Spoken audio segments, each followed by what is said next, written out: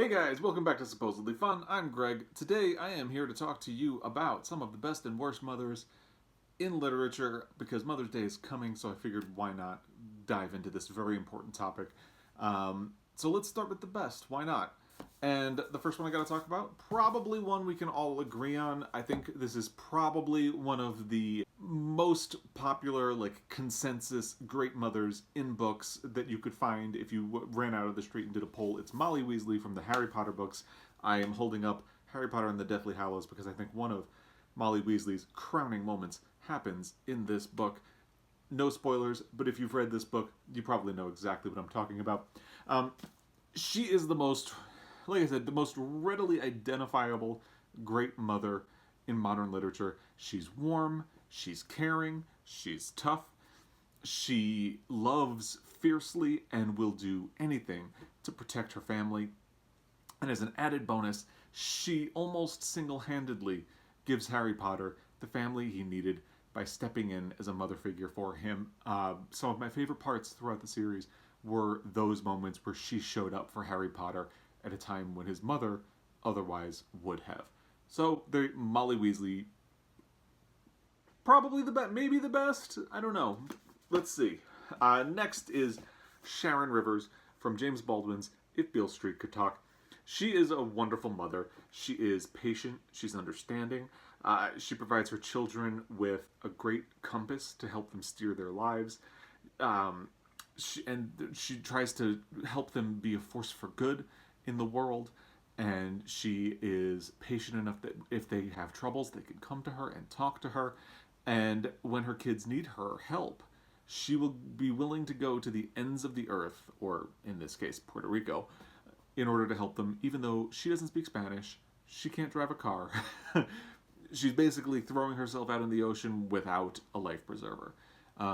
She's a wonderful mother, and if you have seen the movie or have read this book, you know exactly what I'm talking about. Then there's the mother in the book Room by Emma Donoghue. Even in dire and incredibly restricted circumstances, the mother in this book does everything she can to give her son a normal life. And because she's trying that hard, she is creative, she's resourceful, she's protective, she's determined. Understandably, she also struggles with depression, but for the most part, she really does her best to stay positive for her son. She is delaying her own trauma about what she's going through. And if you haven't read the book, it is told through the perspective of her young son. The mother was kidnapped and is being held in a small room, which is actually a shed in somebody's backyard. She can't get out. And while she is there, she is repeatedly raped by her captor, which produces the son who is narrating the story. He has not known anything but what's in this room. So the mother, I think we can all agree this is a great mother, right? All right, and then we have Miss Honey from Roald Dahl's Matilda. Technically, Miss Honey is not Matilda's mother. She is her teacher, and she's a very kindly woman. But in the end, Miss Honey adopts Matilda and becomes her mother. And that's great because that is exactly the happy ending that Matilda, our protagonist, needed. And Miss Honey is exactly the wonderful, supportive presence that this wonderful little girl needs to go ahead in life. So now, this is a perfect segue to the worst mothers in books, because I can't talk about Miss Honey without talking about Mrs. Wormwood, Matilda's actual birth mother, who is awful.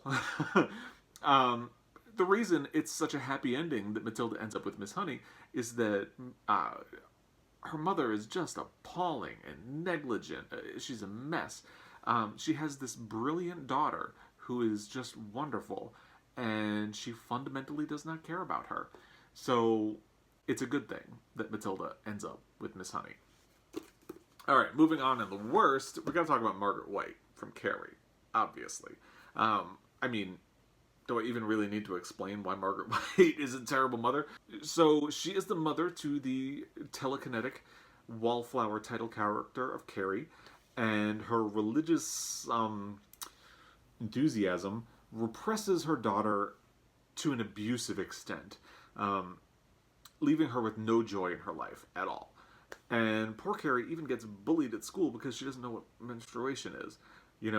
Margaret White refuses to have this basic conversation about growing up becoming a woman with her daughter, and because of it, her daughter suffers emotional trauma, which incites everything that happens in this book and the film adaptation. So, yes, Margaret White absolutely deserves to be on the list of the worst mothers in literature. And then we have this is another book that was adapted into a film. It is Ordinary People by Judith Guest, and the mother is Beth Jarrett. She was played by Mary Tyler Moore in the movie. If you have not seen the movie, watch the movie. I actually think it's better than the book, and Mary Tyler Moore does an amazing job bringing this character to life. On the one hand, Beth is a grieving mother. The premise for the book is that the two Jarrett boys are in a sailing accident. They're out in a storm. The older brother, who is kind of the athletic golden child, ends up drowning. And the younger, sensitive son, Conrad, survives. The book picks up in the wake of that, where her grief for the older son who died has led Beth to completely withdraw all of her affection from Conrad. And before the book takes place, Conrad has attempted suicide and spent some time in a mental institution to try to get him back on track. And even with all of that, she is still completely incapable of expressing any kind of love or affection for her son, whom she blames for the other son's death. So on the one hand, it's a portrait of grief. On the other hand, it's kind of horrible what she is doing to her surviving son. So that is Beth Jarrett in Ordinary People by Judith Guest. Then, I know I'm kind of tackling a sacred cow here, but we got to talk about Bernadette Fox from Where'd You Go, Bernadette, and Eleanor Flood from Today Will Be Different, both books by Maria Semple. Now, both of these protagonists are flighty, narcissistic, and wildly undependable mothers, and we're meant to love them anyway because they're quirky, goddammit. But really, they're just kind of dripping with this rich white privilege. I find them to be monsters, and that's just how I feel about it. And if you need evidence, Eleanor Flood named her son after an autocorrect mistake. That's unforgivable, I think. So, all right, wrapping up the worst mothers, we have to talk about Charlotte Hayes from Vladimir Nabokov's Lolita. Now, this is the only book by Nabokov that I have read, so I don't know if he has a problem with women characters in general, or if this is like a one-shot deal. But in this book, nobody really comes across great, to be fair. But Charlotte is very self-involved and vain. She really kind of pursues the main character, Humbert, and marries him, and during the whole thing, she never once really notices that he has this weird, creepy, gross fixation with her daughter Lolita, and that is why she ends up on this list. So there you go. And then I had to do an honorary mention because some people hate this mother, some people love this mother, so I'm just going to call her the funniest mother in literature. It is Mrs. Bennett from Pride and Prejudice. Now, love her or hate her, she's definitely one of the most outsized characters you can find, and she gets some of the best lines in this book, I think. She made me laugh out loud when I read it. She's basically the original Smother character, a mother who smothers.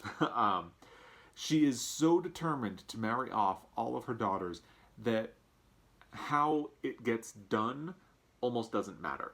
And to boot, she is so indulgent of her younger daughters that they kind of wildly misbehave. Like, basically, they're the ones that are most in need of discipline, but she keeps giving them these passes, and, it ends up causing the family a lot of drama. And if you've read Pride and Prejudice, you know exactly what I'm talking about. So, there you go.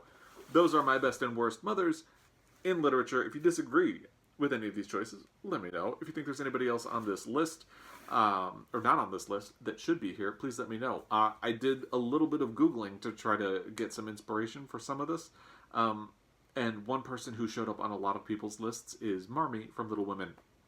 But I have not read Little Women. But I don't feel qualified enough to say whether or not she deserves to be among the best. But a lot of other people seem to think that.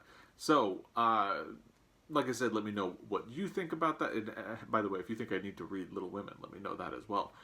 Thank you for your time watching this video. Happy Mother's Day to all of you mothers and mother figures out there. I will be back again. And until then, happy reading.